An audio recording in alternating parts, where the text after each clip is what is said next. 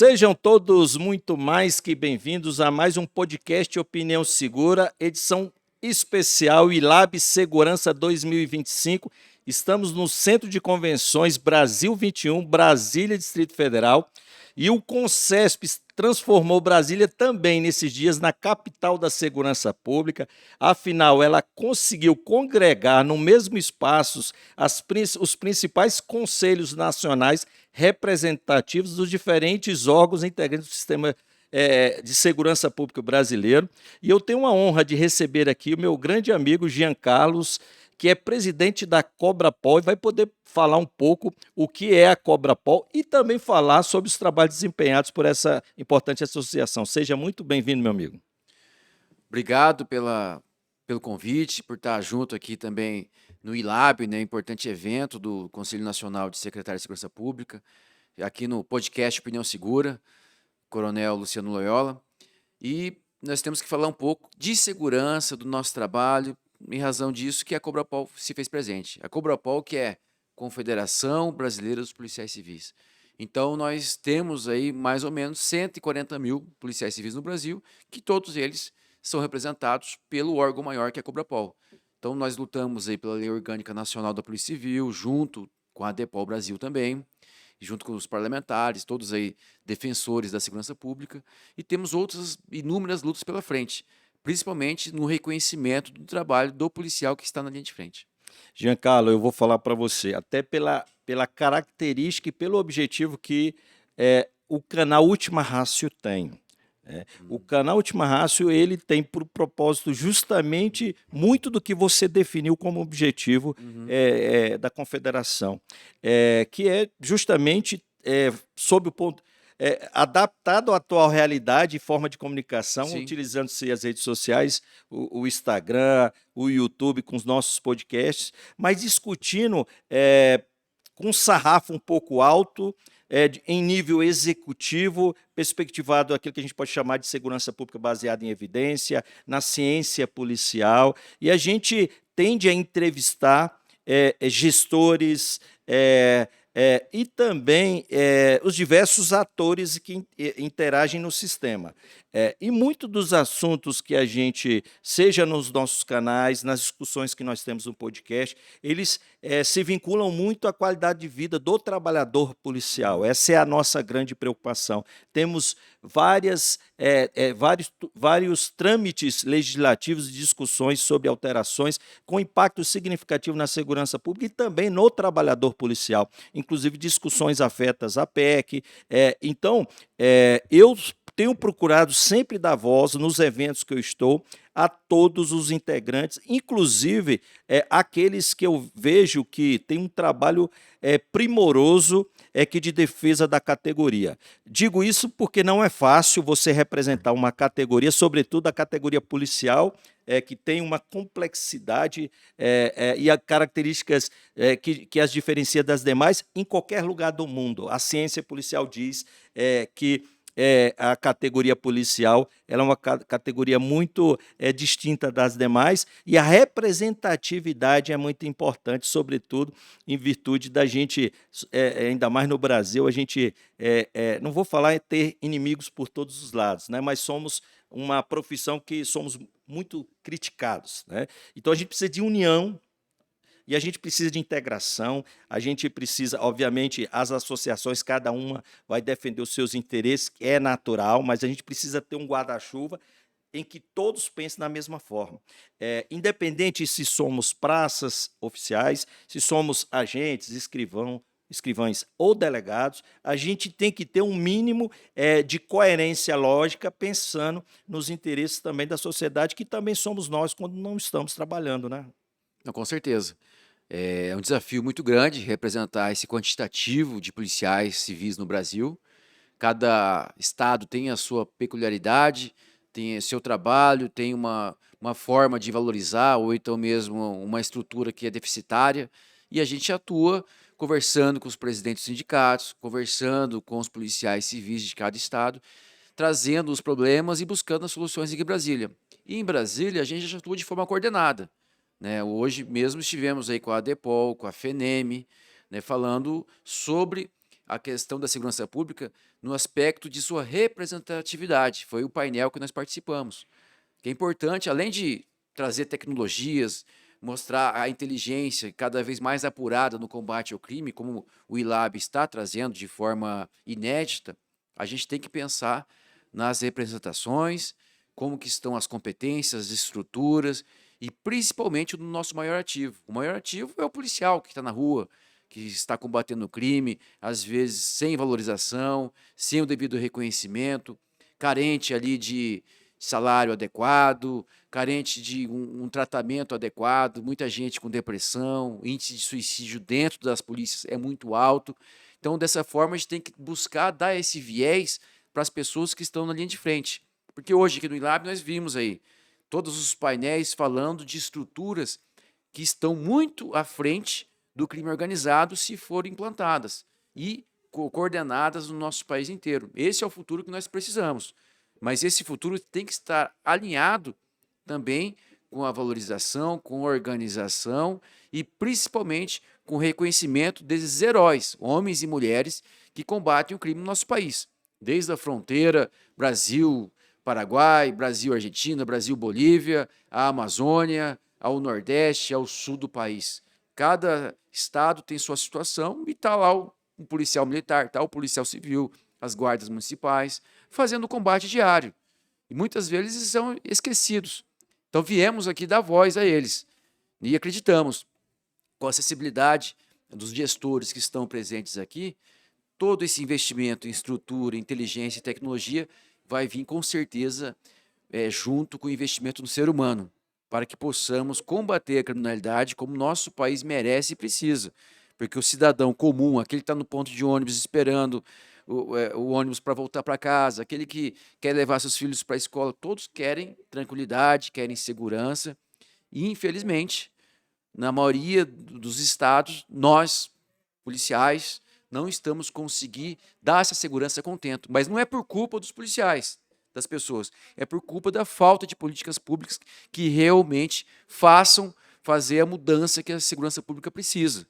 E aí fica a nossa voz no Congresso Nacional. Não sei se participou desse painel, onde nós falamos, temos várias discussões de projetos que realmente agravam as penas, fazem as pessoas permanecerem por mais tempo na cadeia, para que não tenha saidinha, tem projetos de organização das carreiras, a própria PEC, há uma repulsa à PEC, uma rejeição à PEC 18, que é a chamada PEC da segurança, porque que ela trata? Ela divide competências, dá uma estrutura maior, transformando a polícia rodoviária em polícia viária, institui a guarda municipal como um poder de polícia, mas não trata da atuação da polícia no seu combate final, que você combater a criminalidade não vai mudar em nada, não vai reduzir o índice. Então, nós temos uma proposta que realmente que é feita pelos operadores da segurança e que, com certeza, se ela for apreciada pela Câmara Federal e Senado Federal e depois aprovada, com certeza nós vamos conseguir trabalhar de forma mais adequada. O que a população precisa? De resolutividade de crimes. Precisa da sensação de segurança. Portanto, a voz dos operadores de segurança pública tem que ser ouvida. E, Giancarlo, é interessante, e até porque você é presidente de uma confederação, que se pressupõe que, obviamente, o interesse ela é mais geral, no sentido lato, e representativo, independente se agente, escrivão, delegado. E aí é interessante, nesse aspecto, a gente tocar num assunto que é aquilo que eu penso e que falo sobre o problema da fragmentação. E aí essa fragmentação, ela se dá sob o ponto de vista, no caso das polícias militares associativas, porque não podemos ter sindicatos, temos associações, e aí vão ter uma infinidade de associações numa polícia pequena como a nossa, de praças, de oficiais da reserva, de oficiais da ativa, clube dos oficiais, e outros estados também isso acontece. Em relação às polícias civis, eu creio que também aconteça o mesmo. Então, a gente tem uma fragmentação associativa, uma fragmentação sindical, e isso empodera um pouco uma instituição poder ser mais forte com uma entidade única. Obviamente que há especificidades que, de repente, fica difícil conciliar. Sim. Beleza, a gente entende. E aí, a par disso, a gente vai para uma outra questão, que é também a fragmentação e a falta de união e unidade visando representação política. Primeiro, todo mundo quer ser candidato, às vezes até sem histórico de luta pela categoria e quer ser eleito pela categoria. Obviamente, todos têm direito de se candidatar, né? Então, muitos candidatos, então, os votos da categoria são pulverizados, né?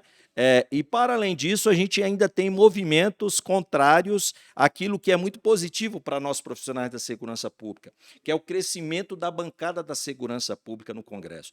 E aí tem toda uma movimentação tentando impedir que o profissional de segurança pública ele possa exercer esse direito de representação, e não só da categoria, porque a gente sabe que os nossos colegas profissionais da segurança pública no Brasil inteiro têm sido campeões de voto, e não apenas dos colegas policiais, da sociedade, porque a sociedade deposita no colega policial um valor agregado. Não é à toa que nas candidaturas, né, na época de eleição, até aqueles candidatos que não têm nenhuma relação com a polícia buscam porque sabem que o policial também influencia. Então, a análise que eu faço é a falta de unidade e união, primeiro, entre as corporações de maneira isoladas, elas são fragmentadas, e as corporações como um todo, porque se todas as corporações policiais fossem unidas e enxergassem mais as semelhanças do que as diferenças, a gente teria um potencial muito maior de transformação em diversos aspectos, na busca pela efetivação daquilo que são direitos e garantias do profissional de segurança pública que precisam ser respeitados, mas também um confronto mais adequado à violência e à criminalidade, entregando um serviço melhor para a sociedade. Exatamente. Esse é o ponto nevrálgico, porque nós temos aí, até mesmo em estados pequenos, várias associações de que representam policiais militares, e elas acabam até tendo discussões políticas, né? E isso fragmenta a categoria. E, da mesma forma, há briga entre sindicatos de policiais civis. Há um certo amadurecimento, acredito, que a gente Tem melhorado, tem tem melhorado. conseguido, nos estados onde há sindicatos, associações, de ter um corpo unido na questão quando há uma busca por valorização, no debate sobre segurança pública, e Aqui no trabalhar DF está acontecendo, uma frente. exatamente, e trabalhar no que nos une.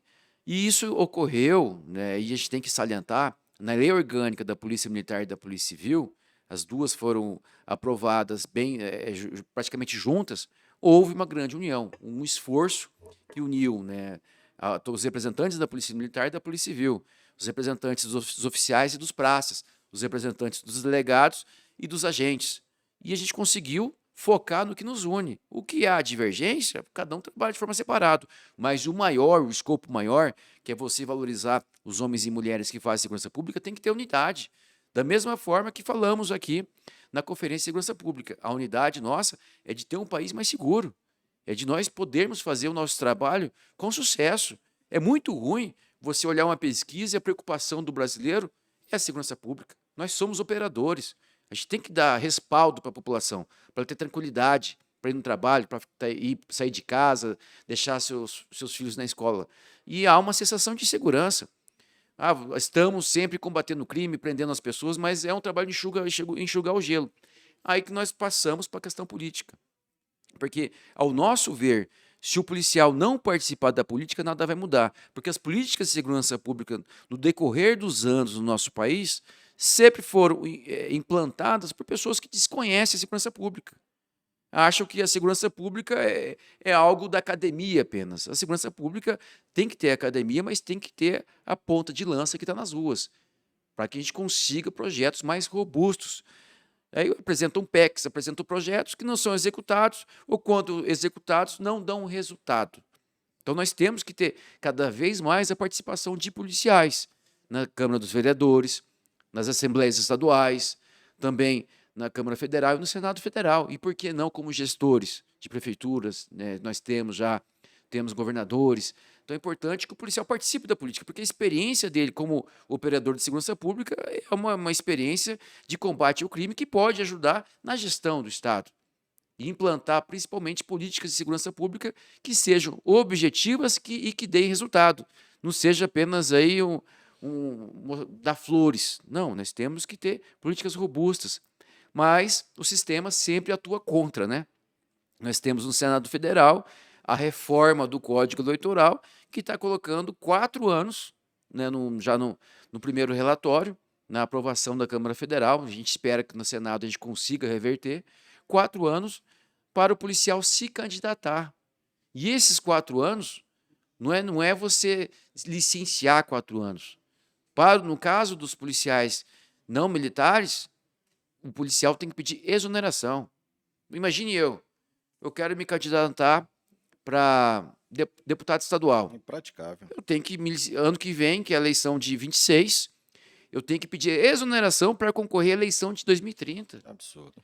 Ninguém vai fazer isso, porque você precisa passar por uma legenda partidária, depois ser escolhido na convenção e fazer a campanha. Mas como que você vai passar por uma legenda partidária, participar da convenção, para competir, né? se você não tem nem sequer mais o cargo aquele que você está trabalhando, conversando com as pessoas, e nós, policiais, não fazemos política.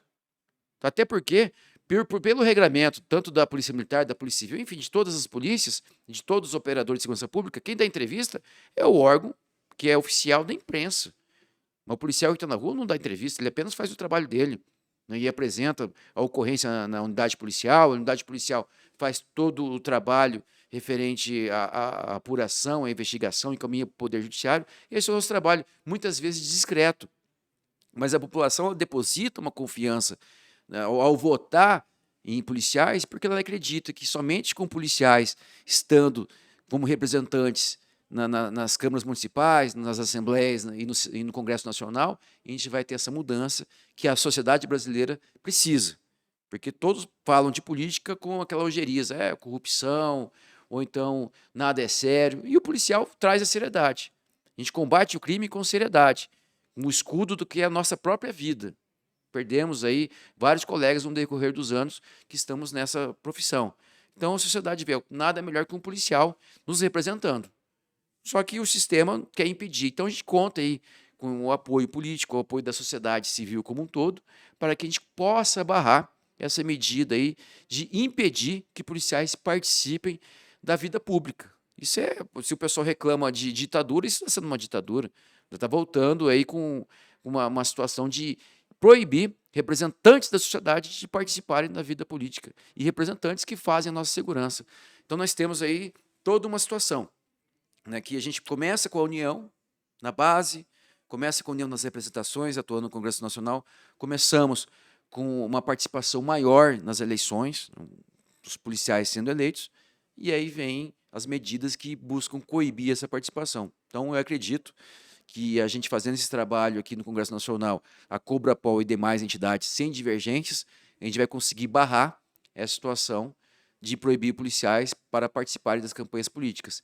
E eu acredito também que nós já estamos muito maduros na situação de termos as representações mais unidas. Que de nada adianta termos o coronel bem valorizado, termos o delegado bem valorizado, se o praça está tendo dificuldade, se o oficial investigador está tendo dificuldade. Todos nós temos que ter uma boa valorização para que possamos fazer o trabalho que precisamos fazer para a sociedade. Se o policial está lá fazendo investigação ou fazendo o patrulhamento sem a devida valorização, como que ele vai conseguir fazer isso com orgulho, com eficácia, com vontade? Difícil. Então nós temos que fazer esse trabalho como um todo e eu acredito, né, e nós temos visto acontecer que esse momento do amadurecimento, de todos estarem juntos num barco só, porque a segurança pública, como você bem falou, é um guarda-chuva e todos nós temos que estar sob esse guarda-chuva, esse momento chegou. E, Giancarlo, essa questão da representatividade e do direito que nós devemos e creio que teremos, né, de continuar a escolher colegas profissionais da segurança pública para nos representar nas câmaras legislativas, porque a gente sabe que precisamos, né, de uma série de ações, e obviamente essas ações, elas precisam, em algumas situações, de uma legislação, Sim. de uma lei. E não há melhor pessoa do que aquele que sente a dor da atividade policial, que conhece a realidade policial, para coordenar esse processo. Aí as pessoas podem dizer, poxa, não, mas o policial ele pode assessorar o parlamentar. Mas é muito diferente, né? Porque é como a questão da ciência policial. Cada vez mais nós temos colegas policiais terminando os seus mestrados, os seus doutorados, as suas especializações, para ter direito de sentar-se à mesa e discutir segurança pública, o que até pouco tempo atrás não se era permitido nas universidades. Então, nós precisamos, em ambientes acadêmicos em que se discute soluções para a segurança pública, nós precisamos estar. Nós precisamos estar nos debates como estes que estão acontecendo no ILAB e outros seminários e eventos, temos que estar. Nas câmaras legislativas também representando as nossas corporações e, obviamente, alterando ou inovando no corpo legislativo, visando trazer segurança jurídica, proteção e superar as dores que nós, profissionais da segurança pública, temos, né? Então, essas medidas tentando barrar são absurdas e eu não, tenho certeza, e aí é uma grande movimentação que eu acho que as diversas instituições, sindicatos e associações envolvidas precisam se integrar para fazer frente a esse grande risco que estamos correndo em relação a essa vedação. E uma outra coisa, Giancarlo, que eu gostaria de falar com você e debater e conversar aqui e refletir, é sobre a questão da saúde psíquica do profissional de segurança pública, né? A gente vive uma sociedade doente por natureza, isso não é só o policial, Sim. mas os números são extremamente preocupantes. E aí é relatório do próprio Ministério da Justiça, com dados do Fórum Anual, revelando que, por exemplo, de 2022 para 2023, nós tivemos um incremento de mais de 1/3 de extermínios de policiais. E no Brasil inteiro a gente vê uma crescente. Ao mesmo tempo que a gente vê uma diminuição considerável do número de homicídios e os índices criminais caindo no Brasil inteiro, mesmo tendo os efetivos sendo reduzidos, todas as polícias hoje sofrem com carência de efetivos, as populações crescem e a gente vê o quê? Os números em decréscimo. E a gente, ao mesmo tempo, temos aí diversas decisões judiciais que colocam em causa muito da prática policial cotidiana. Em que o policial ele fica muito sem saber o que fazer e como agir, com receio de responder a um processo, um abuso de autoridade. E tudo isso, obviamente, vai redundar nesse adoecimento do profissional de segurança pública. Então, é muito interessante a gente discutir a saúde do profissional de segurança pública, porque é um problema que está batendo a porta desse profissional. Para além da questão do desgaste físico da profissão. Todas as pesquisas revelam que o profissional de segurança pública, após ir para a reserva, no caso dos militares, ou aposentar, no caso dos civis, o tempo pós-aposentadoria é bem menor do que o de um cidadão profissional que exerceu qualquer outra profissão, o que revela a insalubridade da atividade policial. Então, a gente precisa, e pouco se tem discutido sobre essas questões, as reformas legislativas, as ações do Estado como um todo, não têm se preocupado de maneira adequada com o equilíbrio psíquico dos nossos profissionais. Isso é revelador na carência de psiquiatras, de psicólogos, de assistentes sociais na administração pública policial. É uma situação que, inclusive, eu abordei hoje aqui no ILAB com mais ênfase, porque nós temos aí discussões de melhoria do combate à criminalidade, mas não se melhora o combate à criminalidade se não tiver uma atenção ao policial. E realmente é difícil a gente falar essa questão, mas a polícia está adoecida, né? Temos aí síndrome de burnout, estresse, depressão, casos de suicídio cada vez mais recorrentes. Divórcios. E aí o policial não consegue manter a sua família, muitas vezes vai para o alcoolismo, ou então vira uma pessoa que não tem mais convívio em sociedade. Eu mesmo tenho casos de família no meu estado, Mato Grosso do Sul.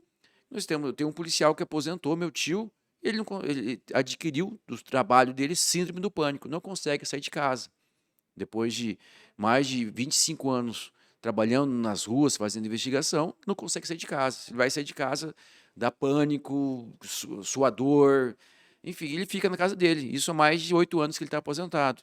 Então, há sequelas, e são inúmeras sequelas, que atingem o policial que está na linha de frente. Não só na linha de frente, o policial administrativo, todos aqueles que fazem a nossa segurança pública. E é com muito pesar que a gente não vê políticas nesse sentido. Políticas de fazer um tratamento dos policiais, um acompanhamento com psicólogos, psiquiatras, um acompanhamento, seja num protocolo dentro do próprio trabalho, que não há. Né? A gente sempre conta com esforços, né? Com colegas que são psicólogos, com algum CAPES, né? Com alguma coordenação que alguns estados têm, ou que a própria polícia possui, para tentar auxiliar. Mas não há uma política do governo federal para instituir aos estados e municípios para fazer esse tratamento de quem faz a segurança pública. E isso é muito perigoso, porque, como eu já disse, a gente pode ter o melhor instrumento de trabalho, seja na questão do colete, seja na questão da viatura, na interceptação telefônica, tudo mais moderno. Mas aquela pessoa que está operando esse instrumento, ela tem que estar com a mente sã.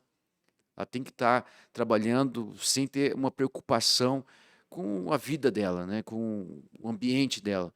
E a gente não consegue ainda ver a realidade dessas pessoas. Então é algo que a gente tem que fazer esse debate.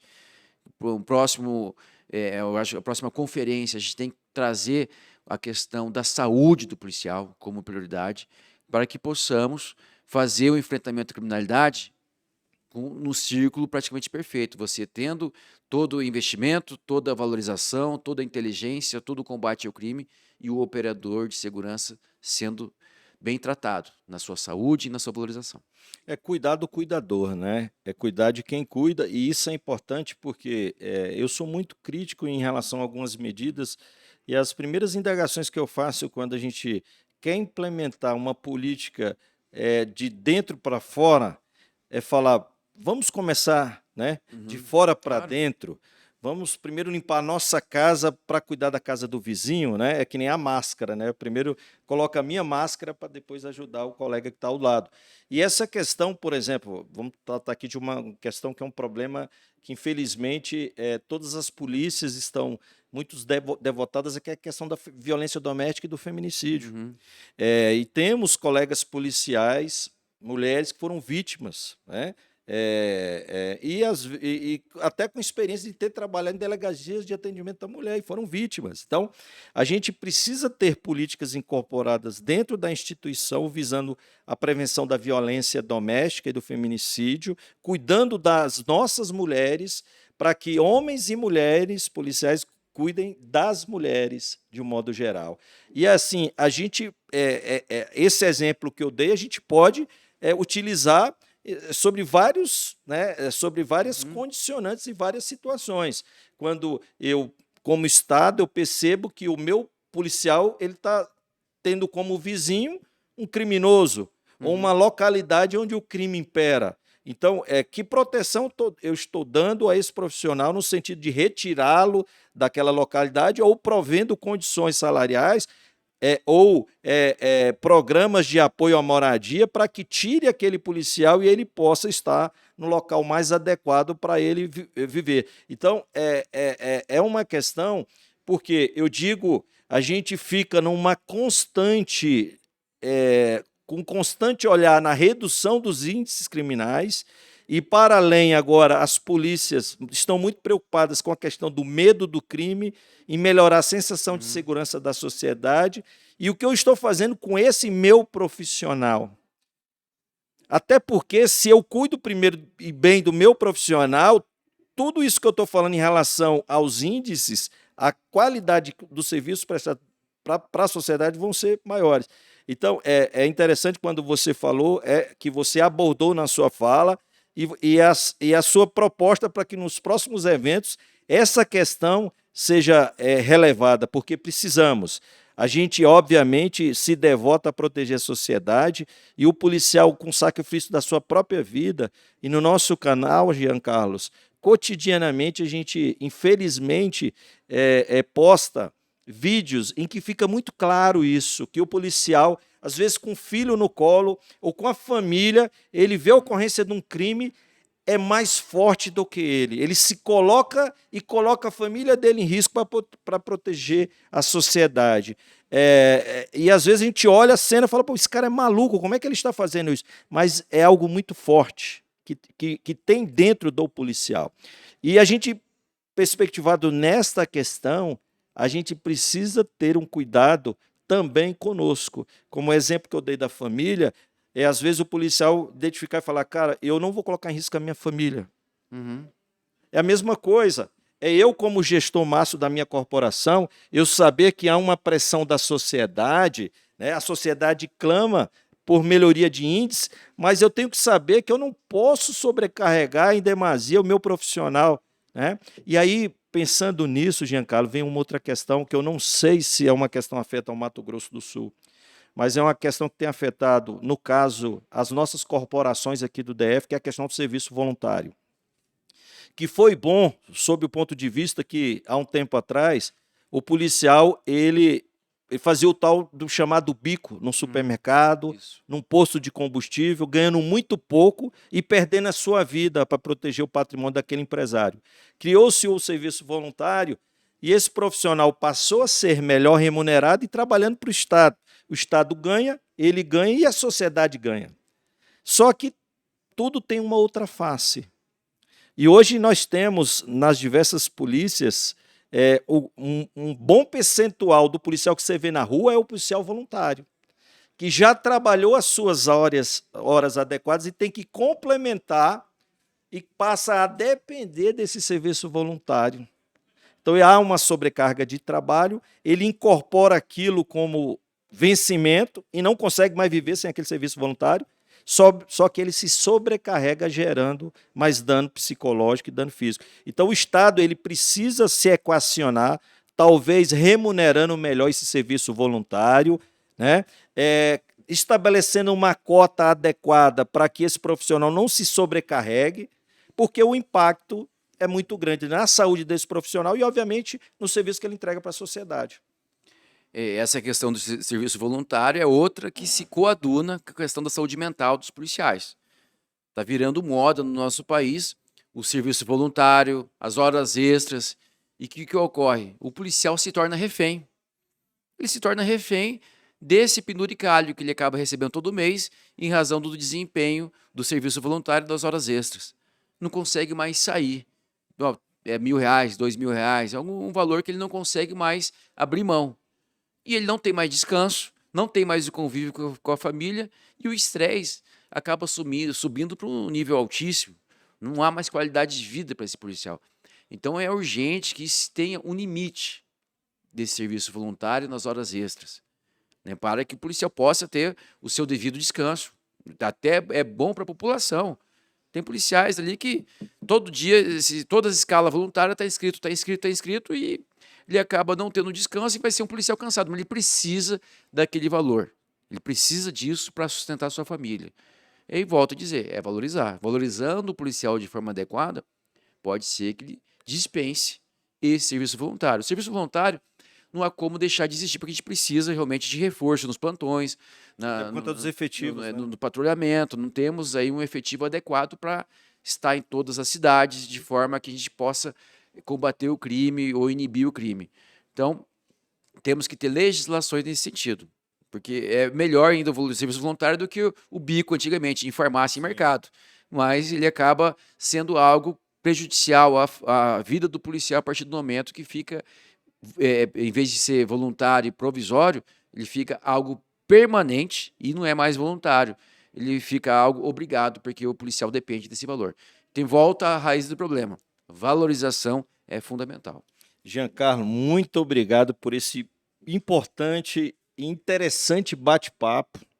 Eu espero que esse seja o primeiro de várias entrevistas que a gente possa estar fazendo com você e outros colegas que representam a categoria policial. A gente precisa trazer ao debate discussões como estas, que às vezes passam ao longe e muito se fala de segurança pública, mas não se fala do profissional Claro. de segurança, né? Então, eu agradeço imensamente a sua participação, não só no ILAB, mas também aqui no nosso podcast Opinião Segura. Muito obrigado, meu irmão. Obrigado, é um prazer estar no podcast Opinião Segura, o canal Última Ratio.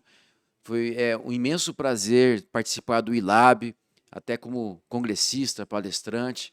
A gente sai daqui com um conhecimento muito ampliado de técnicas de investigação, de aperfeiçoamento do trabalho policial no Brasil inteiro. Essa integração é fundamental, mas a gente tem que tratar da saúde dos policiais.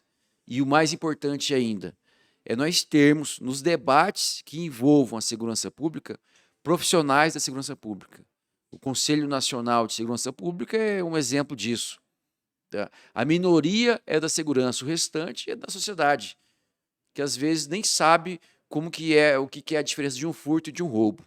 Então a gente tem que discutir segurança com quem é especialista em segurança. E dessa forma, nós vamos buscar representar os policiais civis e depois todos os policiais do país com muito louvor, com muita competência, e também a gente unificando toda essa representatividade de todas as forças policiais, a gente trazer melhoria para a nossa população que tanto precisa. Pode contar com a gente, que estaremos sempre à disposição, tá bom? Muito obrigado. Obrigado, Jean Carlos. E esse foi mais um episódio especial do nosso podcast Opinião Segura, aqui diretamente do ILAB Segurança 2025. Estive aqui com o presidente da Cobrapol, meu amigo Jean Carlos, em que pôde falar um pouco desse importante trabalho de representatividade da nossa categoria, sobretudo da nossa querida Polícia Civil. Um forte abraço a todos e até o próximo podcast Opinião Segura. Fosse em honra sempre.